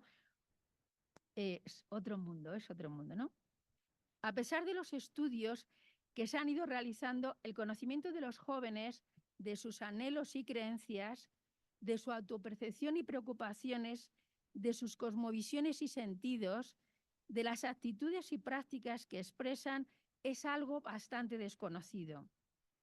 Son muchas las interrogantes sobre ellos que todavía están abiertas, o que por lo menos yo tengo. ¿Qué creencias los convocan y reúnen? ¿A quiénes les creen? ¿Qué los mueve en el presente y hacia el futuro? ¿Cómo perciben en este confuso y caótico contexto su proyecto de vida? ¿Cuáles son sus expectativas? ¿Con quién y con qué se identifican? Estas preguntas requieren la atención de los diferentes organismos públicos y privados, también de las iglesias, a fin de emprender procesos y políticas más adecuados para favorecer el desarrollo de este sector social que ha de ser portador de futuro y, por tanto, sujeto que hace historia. Desde la perspectiva de Rosana Reguillo, una profesora e investigadora mexicana, la generación que va de los 15 a los 24 años de edad ha establecido una relación cada vez más crítica con el mundo. Es profundamente activa y está interesada en lo que acontece en el país y en el espacio público. La juventud es cada vez más participativa, pero no en instituciones, sino en causas como la paz o el medio ambiente. Los jóvenes, según Reguillo, creen en sí mismos y en su círculo más cercano, sus amigos. Creen en el Dios hoy por sobre todas las cosas y le rinden culto sin dudarlo. Creen en su familia. Muchos creen en YouTube, Facebook, como lugares para armar sus biografías. Ahí termina la cita. Para estos jóvenes, el mundo, tal y como se lo dejaron sus predecesores, no les parece habitable. Bueno, voy a reflexionar también sobre el humanismo y la espiritualidad, o lo que buscamos desde la universidad en cuanto a la formación de los estudiantes, ¿no? El modelo educativo de las universidades jesuitas, sustentado en una filosofía humanista cristiana con visión ignaciana, entiende la educación como un proceso dinámico y complejo. La formación universitaria desde los centros educativos de la Compañía de Jesús está dirigida a enriquecer a la persona en su integridad, dotándola de medios para su desempeño profesional, orientándola como ciudadana solidaria y responsable y abriéndola a un sentido trascendente en su vida. En la reflexión desarrollada en las últimas décadas, esta orientación ha quedado formulada como la formación de personas conscientes, competentes, compasivas y comprometidas y también contemplativas en la acción. Algo muy propio de San Ignacio, ¿verdad? Desde el área de reflexión universitaria donde trabajo, se promueve un desarrollo de los estudiantes que les permita reconocerse como personas abiertas a la trascendencia y les capacite para enfrentar creativamente los desafíos del mundo actual. En las asignaturas integradas bajo la temática Apertura a la Trascendencia, el estudiante reflexiona sobre la trascendencia y su propia espiritualidad. Esto se realiza a través de diferentes materias que corresponden a este eje, ¿no? Este ejercicio sobre la vida cotidiana y la espiritualidad queda plasmado, estoy hablando ya desde mi experiencia, desde la materia de fe en América Latina, en ensayos y foros en el marco de esta materia. A partir de diversas lecturas sobre la interioridad, la espiritualidad, la religión como mediadora del sentido de vida y la propia experiencia, los estudiantes realizan un ensayo personal. Se trata de descubrir el humus interior y describir la trayectoria personal, incluyendo los momentos fundantes de esas vivencias, las experiencias de fe, las posturas agnósticas o ateas, señalando las influencias recibidas en la propia familia, a través de los padres, las madres, los abuelos, en los centros de estudio, desde la propuesta de Jesucristo o de maestros de otras religiones, filosofías, refiriendo cómo afecta esto a la propia vida, a las relaciones interpersonales, a la visión de la realidad, a la propuesta de la licenciatura que se estudia y a las actividades que motivan su propia existencia. Aunado al anterior, después de realizar este ensayo, participan en el foro Jóvenes y Espiritualidad, compartiendo sus experiencias, dudas y sus búsquedas mediante algunas preguntas guía. ¿Qué mueve a los jóvenes de tu generación? ¿Qué les decepciona? ¿Por dónde transitan sus experiencias o sus inquietudes espirituales? Asimismo, participan también en un foro sobre la evangelización en el mundo actual, teniendo como marco el proceso evangelizador que se inició en el siglo XVI por diferentes órdenes religiosas. ¿Cuáles son las voces y miradas de los jóvenes? Ellos se definen como una generación con gran necesidad de participar en las problemáticas sociales actuales. Les interesa que su voz sea escuchada y que su participación sea reconocida. A diferencia de otras generaciones, se perciben más abiertos a nuevas formas de pensar y más capaces de adaptarse a los desafíos que se presentan día a día. Les mueve la idea de defender todo. También les mueve la idea de crear movimientos para exigir justicia. Les decepciona creer que son una generación de cristal, por pedir respeto y exigir que sus derechos y su voz sea escuchada. También las conductas que dañan y denigran a las demás personas. Asimismo, les desalienta la indiferencia que tenemos como sociedad, el individualismo y la soledad que puede estar presente en su generación debido a lo que se ha aprendido de generaciones pasadas. Los estudiantes buscan mejorar su espiritualidad haciendo ejercicios de meditación, en muchos casos, para entenderse a sí mismos. Unos jóvenes se ven a sí mismos como una generación sin rumbo y sin sentido, otros como una generación que rompe paradigmas, que se cuestiona y crea nuevas maneras de espiritualidad, donde poder encontrar un sentido, una plenitud y una salvación en el autoconocimiento, la introspección y la relación con la naturaleza. Para ellos la espiritualidad, prefieren mejor hablar de espiritualidad que de religión, se sienten muchísimo más cómodos, puede unir a las personas porque les ayuda a compartir y aceptar puntos de vista, más allá de las barreras de la religión. Algunos señalan, textual, ¿no? La religión divide por establecer creencias más cerradas y la espiritualidad es más global. Consideran que la espiritualidad, es una herramienta que les permite crear lazos importantes con los otros a través del respeto, el amor, la empatía, dejando a un lado la indiferencia y el egoísmo. A modo de ejemplo, anoto lo narrado por varios estudiantes, pues bueno, a lo largo de varios años, ¿no?, de experiencia de dar esta materia, ¿no? Una alumna de FEN América Latina en el semestre de primavera de 2021 decía: nos hemos dado cuenta de que vivir en una comunidad, en una sociedad o pertenecer a algún grupo no es suficiente. Si uno no tiene una relación consigo mismo, no tiene mucho que aportar al grupo que pertenece. Además, me parece que dado el ritmo de vida acelerado y la casi infinita cantidad de información a la que tenemos acceso, es fácil perder la conexión con nuestra interioridad. Actualmente los jóvenes queremos encontrar el sentido a nuestra existencia, pero desde la no imposición. Y para garantizar eso miramos hacia adentro, pues ahí no hay un otro que nos imponga.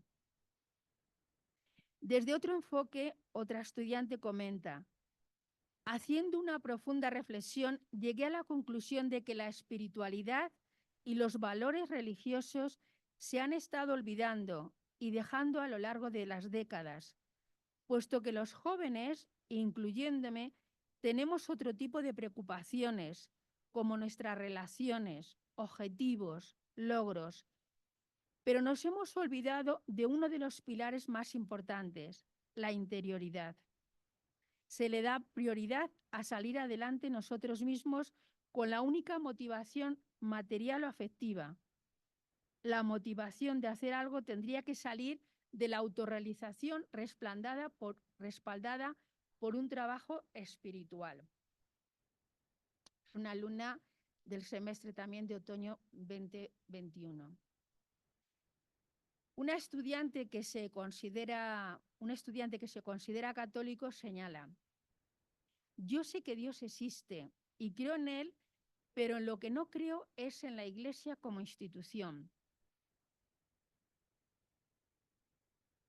En resumen, soy un católico que cree en Dios, pero no en apariciones o en milagros mágicos. Bueno, y por último, voy a leer un texto de un estudiante que se considera agnóstico. Y él pertenece a una familia católica. No recuerdo cuándo fue el momento exacto en que esta fe incrustada fue tornándose en una especie de ateísmo. He pasado por un largo proceso donde tanto lo he alabado como lo he blasfemado, como lo he negado y como lo he dudado. Pero de ninguno de estos momentos he estado feliz. Supongo que por definición soy agnóstico, aunque no dudo que algún día pueda conocer o acercarme a Dios. En cuestión de fe, creo que ese sería mi objetivo, conocer a Dios. Bueno, decir un poquito ya como a modo de ir concluyendo, la mayor parte de estos estudiantes proceden de familias católicas y en menor medida cristianas. En muchos casos, sus referentes religiosos están ligados a los abuelos. Son los abuelos o las abuelas quienes les han formado, especialmente las abuelas.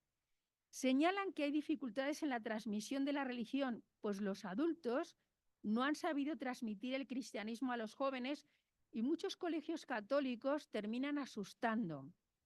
Consideran que son una generación donde está presente la duda, el cuestionamiento. En cambio, a sus padres no se les permitió este cuestionamiento. La voz de estos y otros estudiantes nos muestran que para ellos la espiritualidad no está ligada a la religión. Como decía antes, se sienten muchísimo más cómodos hablando de espiritualidad, no aceptando una religión que para ellos siempre parece una imposición. Se preguntan, ¿para qué quiero a Dios? Dan mucha importancia a la congruencia en la Iglesia y no están dispuestos a que nadie les sermonee. Señalan, yo me confieso con Dios. Algunos que provienen de ámbitos rurales descubren una evangelización muy cuadrada en sus lugares de origen. En este sentido dicen, la Iglesia Católica se ha quedado en el Antiguo Testamento. Dios no es castigador. A ellos les parece también importante realizar labores sociales y evangelizar desde las redes. Muchos estudiantes, además de creer en Dios, en muchos casos también se manifiestan como politeístas. Hay un gusto por ejemplo, por religiones nórdicas o por religiones de otras características. Creen en las energías, los cuarzos, las piedras, los inciensos, las lunas, planetas. Los cuestionamientos sobre Dios surgen ante problemas familiares o muertes de seres queridos. En general, se observa en ellos un gran desconocimiento del mensaje de Jesucristo en el Evangelio. Yo les pregunté cómo se podría hacer la evangelización en el mundo actual y ellos concluyen y manifiestan algunas cosas, ¿no? Que se ha de hacer un acompañamiento desde el servicio, cero imposición, generar un impacto, que haya una innovación, hacer una difusión en redes, favorecer el diálogo, crear comunidades favoreciendo el sentido de pertenencia, predicar con el ejemplo y hacer lectura de la realidad. Bueno, yo creo que tengo aquí algunas cosas más escritas, pero me parece que ya con esto voy a terminar, ¿no? Un poquito solamente decir que al igual de lo que han expresado el padre Francisco y el padre Conrado, considero que es absolutamente necesario este asunto de escuchar al otro, ¿no? Y aprender de ellos. Nada más.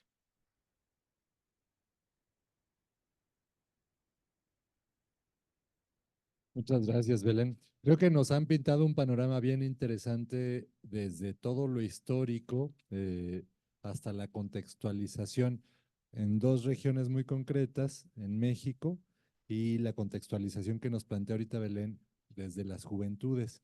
Entonces, agradecer las ponencias del fraile, Fray Francisco, de Conrado y de Belén.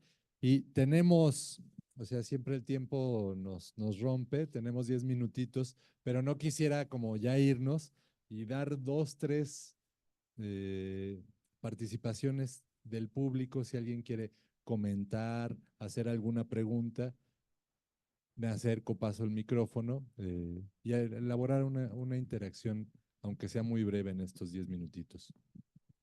Entonces, quien quiera,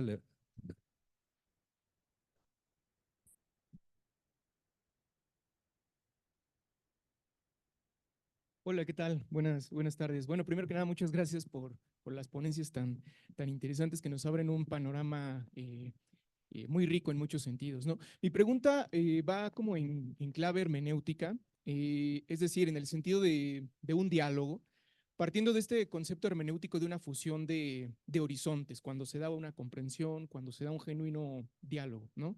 Mi pregunta es entonces si en este periodo de evangelización de hace 500 años, bueno, sería, me parece, para los tres la pregunta, si consideran que hubo una fusión de horizontes en el sentido de que también los evangelizadores, la propia iglesia haya modificado su horizonte, porque más o menos nos queda claro que sí, para los evangelizados, para los pueblos indígenas, claro que hubo una modificación al poner en diálogo sus previas prácticas religiosas con el cristianismo, claro que modificaron sus horizontes.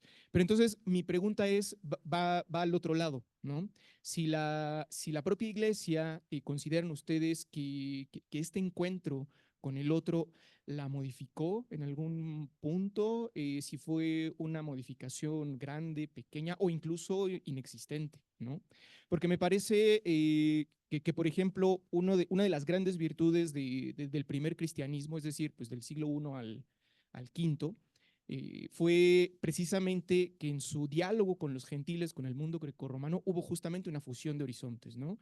Tanto el mundo grecorromano se modificó, el horizonte grecorromano se modificó al recibir el mensaje cristiano, como también el mismo cristianismo se modificó para entrar en diálogo, ¿no? Y eso me parece que fue una de sus virtudes, algo que me parece que quizá no sucedió hace 500 años. Parece que se venía más con una idea de que el evangelio ya venía con un mensaje acabado, hecho, que simplemente se tiene que diseminar. Y pues eso lleva a otra pregunta, ¿no? Sobre si el evangelio, que a final de cuentas lo que hace es llevar un mensaje, es un mensaje acabado ya, o si aún históricamente tiene que replantearse. Esto lo digo de cara también a lo que mencionaba la doctora Belén, porque también concuerdo mucho en que ahora enfrentamos un reto muy similar, ¿no? También concuerdo mucho en que los jóvenes ahora parecieran otra cultura, y enfrentamos un reto muy parecido porque también a veces partimos de muchos prejuicios, decimos que no son religiosos, que no son espirituales, y eso es completamente falso, ¿no? Tienen un montón de inquietudes y preocupaciones a las cuales quizá no sabemos escuchar. Entonces quizá ahora se nos plantea 500 años después un reto muy parecido, ¿no? Y no sé si ahora pues justamente tengamos que remodificar muchos horizontes. Bueno, eso, preguntarles qué piensan sobre eso. Gracias. gracias. Si quieren, dos más y luego una interacción acá. Si alguien quisiera participar. Acá adelante. Gracias, Rafa. Gracias. Mi pregunta va por ese lado, ¿no? Por lo que acaba de mencionar el maestro César. Quisiera preguntar de manera muy breve, ¿no? Si la iglesia es consciente de que está haciendo un eclecticismo con estos términos tan maravillosos que escuché y que no conocía, ¿no? De la socialización y ese tipo de cosas. Si se está entendiendo esto como un eclecticismo de la cultura y se está separando una parte que se toma y otra no, o se está considerando una síntesis, ¿no? Donde se está tomando de la parte de la iglesia y de la parte de la cultura para dar para dar a luz una cosa nueva, ¿no? Algo ahí. Esa sería mi pregunta. Gracias. ¿Alguna otra pregunta? Acá, Rafa. El señor. Gracias. Se ha hablado de visión europea, ¿no? de la muerte del cristianismo, que no es una visión mexicana, ¿no? Pero también se observa que las mismas fuerzas que han llevado que están llevando a la muerte del cristianismo en Europa, que son el capitalismo, el liberalismo y todo este mundo, ¿no? Que es bien conocido, ¿no? La sociedad líquida. De estas cosas no es exento México y Latinoamérica. Al contrario, se ve que los valores que han provocado el retraerse de la fe, no de la iglesia, de la fe, en Europa son los mismos que están aquí. Yo me recuerdo en los años 70 en Italia era como ahora México, pero ahora Italia está toda vacía las iglesias. La pregunta es, va a ser, ¿qué pensáis? ¿Va a ser el futuro también para la iglesia latinoamericana? O sea, la modernización que después se transforma, sí, con saco de conservadorismo, con nichos de folclore antiguo, pero realmente con la muerte de la fe. Muchas gracias. Yo les pediría a los ponentes, que en 2 minutos cada uno pudiera hacer una especie de respuesta, interacción, conclusión, y vamos cerrando con este evento. Entonces, te paso el micrófono, Fray Francisco. Yo quiero mantenerme en mi campo, que es la historia. Cuando el cristianismo llega a México, hay un problema muy serio en la iglesia, la división del protestantismo y el catolicismo. Los frailes utópicamente pensaron en una nueva cristiandad. Y ellos son los que van a tener que a pensar en esta utopía. Esta iglesia tiene que ser totalmente distinta de la que conocemos en Europa. Fue utopía. ¿Por qué? Porque diríamos, las reglamentaciones eclesiásticas y todo no les permitieron realizar esa utopía. Ese es el campo en el que yo puedo opinar. No quiero, yo no sé cómo manejar la parte teológica. Si quieres, te doy la palabra. Gracias, Fraile. Conrado. Sí, muy interesante las preguntas porque nos plantean el fondo de la evangelización. Y hay que recordar que es una lucha constante de si es un depósito de la fe lo que se transmite para la evangelización, o si se ha readecuado la cultura del evangelio a las culturas donde ha llegado. Esto es una lucha que desde las primeras comunidades fue una pregunta fuerte, si eran circuncisos o no, por ejemplo. Después de los padres de la iglesia también, en concreto con San Clemente, entra en diálogo con el mundo helenístico. Entonces se generan nuevos conceptos, nuevas formas de abordar lo fundamental del evangelio, pero en nuevas culturas. Y creo que perdimos, aunque fue una respuesta, el Concilio de Trento a una realidad concreta que está mencionando Fray Francisco, a lo largo de los siglos siguientes no nos actualizamos y nos quedamos estáticos, pensando que la iglesia era una y tenía un solo depósito de fe. Entonces, cuando llega el Concilio Vaticano II y ahora con el Sínodo también han sido oportunidades de una actualización, un ayornamiento de la vida de Dios en su iglesia. ¿Y qué significa eso? Que significa mucho diálogo, significa entender al Espíritu por dónde está caminando. Entonces, las nuevas síntesis no son eclécticas, son nuevas síntesis, como lo comprueba el padre Eugenio Maure, ya afinado en su tesis doctoral sobre los celtales, sobre la iglesia celtal. Entonces, hay nuevas síntesis que el Vaticano está reconociendo y reconoce una iglesia que sea iglesia católica que tiene sus rasgos sociles, sus rasgos celtales, y ojalá que fueran dándose esos cambios en otros lados también. Por último, estoy de acuerdo que el capitalismo ha entrado incluso también en nuestra manera de concebir la vida dentro de la iglesia, que necesitamos recuperar aquello que es fundamental, que es el amor, la justicia, la ternura, el servicio a los más sencillos para poder ser testigos y testigas de ese Dios. Y entre ellos, por ejemplo, los propios frailes, que eran en su testimonio de pobreza, los frailes franciscanos lograron llegar a los corazones de muchos y muchas. Entonces necesitamos una iglesia más evangelizadora, menos adoctrinada y de mayor experiencia y espiritualidad profunda y que nos abra hacia otras culturas y nuevas síntesis de cultura. Muchas gracias, Conrado. Belén.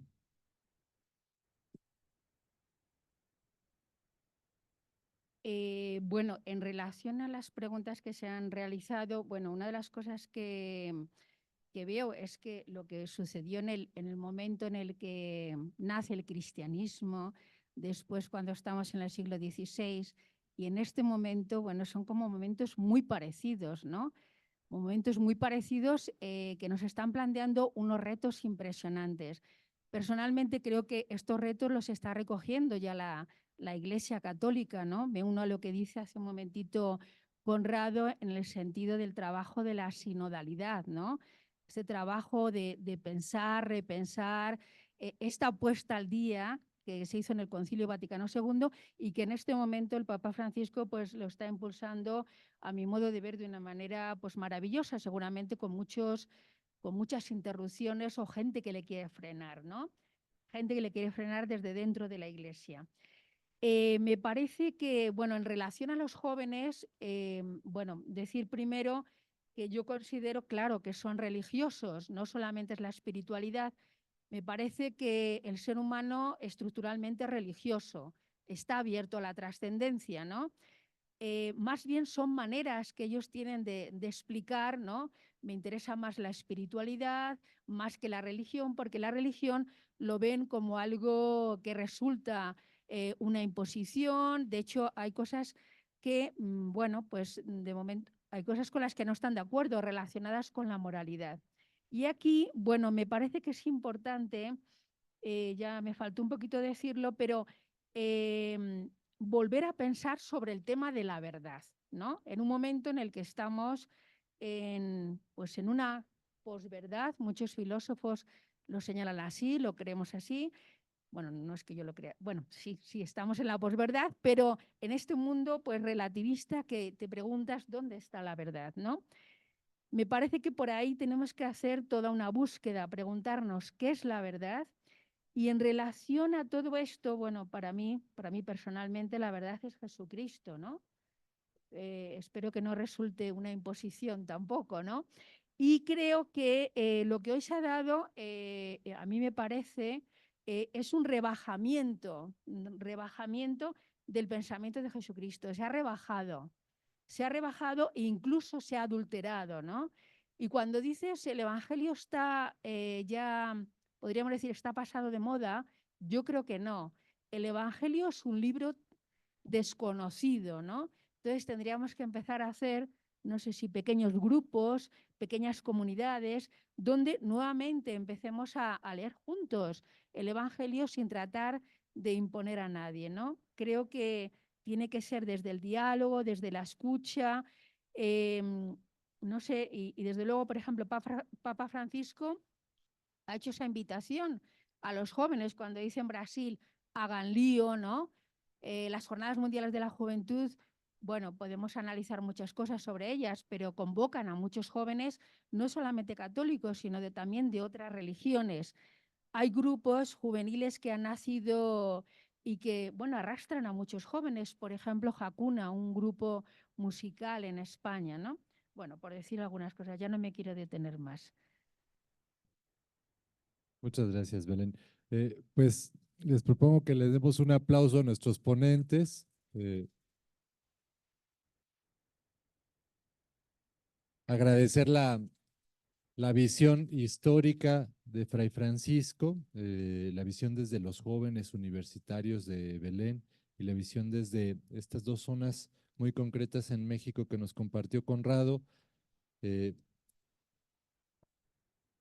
Hay un pequeño reconocimiento, se los leo: los departamentos de Humanidades, Arte, Diseño y Arquitectura y el área de reflexión universitaria otorgan el presente reconocimiento a Fray Francisco Morales Valerio de la Orden de Frailes Menores por haber participado en la mesa de diálogo, la evangelización ayer y hoy, en el marco del evento de los 500 años del Evangelio de México. La verdad nos hará libres, San Andrés Cholula, Puebla, a 13 de junio del 2024. Firman la directora del Departamento de Humanidades, el director del Departamento del DADA y un servidor. Muchas gracias, fraile. Agradecerles su tiempo. Desgraciadamente, como que ahora sí nos cortaron. Pero bueno, nos llevamos muchos pensamientos a seguirle dando vueltas. O sea, la evangelización es un momento, como bien se mencionó, es un momento histórico, pero que se sigue pensando y repensando. Entonces, muchas gracias, que tengan buena tarde. Gracias, Conrado. Hasta luego.